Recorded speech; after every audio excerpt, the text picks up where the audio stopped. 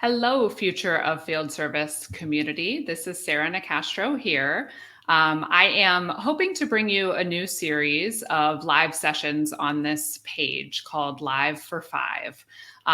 So I am going to work on recording these after or coming on here live after we record podcast episodes to just have you meet our guests as a little sneak preview to their content and ask a couple of questions. So I'm here this afternoon with Dan McClure, who is the Systems Innovation Choreographer at Innovation Ecosystems. Hi, Dan. Hi, Sarah. How are you doing? Good. Thanks for hopping on with me. So Dan and I just had an excellent conversation about system innovation and how that is the antidote to incremental improvement. And you all will want to keep an eye out for that episode of the podcast, which will be coming up in a few weeks.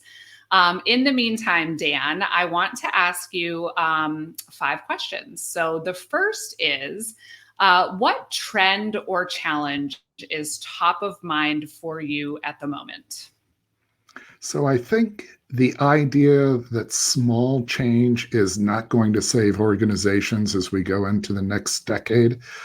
There's a really exciting period ahead of us where we're going to see every industry disrupted, disrupted by a global set of changes, by new technologies, by new opportunities in the marketplace.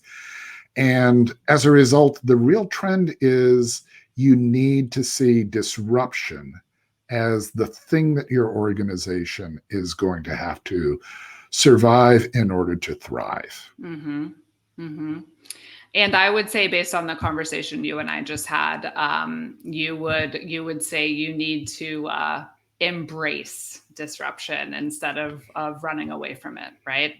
Well, embrace and competently embrace. So you not only need to say, oh, I'm okay with disruption, but just like any other key business skill, you've got to learn how to be effective at responding to disruption. Absolutely. Okay, question number 2 is, how do you nurture creativity and innovation for yourself or for your team?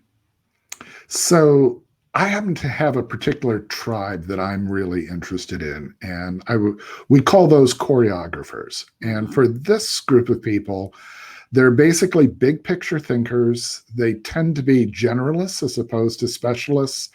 And their real passion is working with ideas that break down boundaries, make it possible for organizations to make deeper changes in what they do and how they do it. So the key thing that I would say for them is learning how to do those skills of making big cross-organizational change. And then for organizations, how do you not kill them off? Because these types of folks tend to be the ones that get identified as disruptive rabble rousers, break rules, etc. And so it's really a question of how do you keep these most valuable change agents and not have your immune reactions kick in and kick them out the door. Yeah, I love me a rebel, that's for sure. Dan, what's the biggest lesson you've learned in your career related to people interactions or leadership? It's not their fault.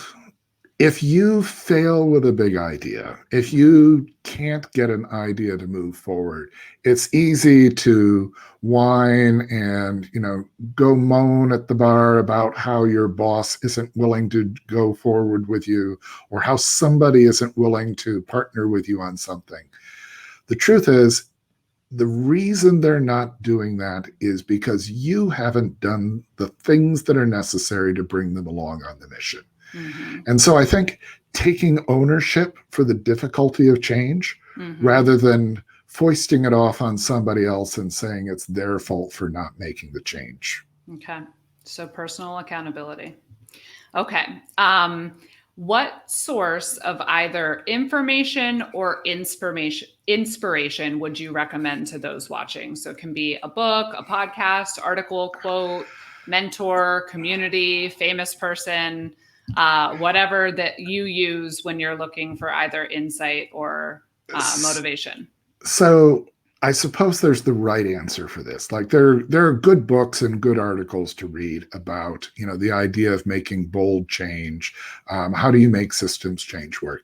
The Mhm. truth is, the things that most excite me personally tend to be movies. Okay. So there's a Kate Winslet movie called A Little Chaos, Okay. where she develops the garden for Louis XIV in Versailles. There are movies about people who do big, exciting, ambitious things. Mhm. Um, for all the intellectual stimulation that I get from, a bunch of books like those behind me, the thing that really gets me excited and keeps me buzzing are really the stories and narratives of people who have big dreams and make them work. Mhm. Okay, that's very cool. And last question for today is, what's the last really fun thing that you did? Mm. So I'm still having a little bit of a COVID hangover here. I Mhm. used to spend a lot of time on the road, traveling around to where there were big, gnarly problems, and that was Mhm. really exciting to do. COVID has forced me to be home, and I've been building out a garden, sort of Nice. inspired by trips to Spain and the formal gardens there. And so what I've realized, my real passion is system innovation, is that in many ways a garden is like doing system innovation in the partnership with God.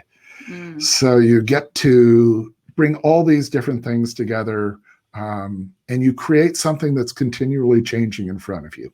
So Mhm. that's my real cool thing right at the moment, That is is very a cool. garden. Yeah, and you're able to take some of the inspiration of your travels and bring them home with you. Yeah, it's been really great. Someday though, I'm going to have to get back on an airplane. Yes, someday. Someday you will. Good.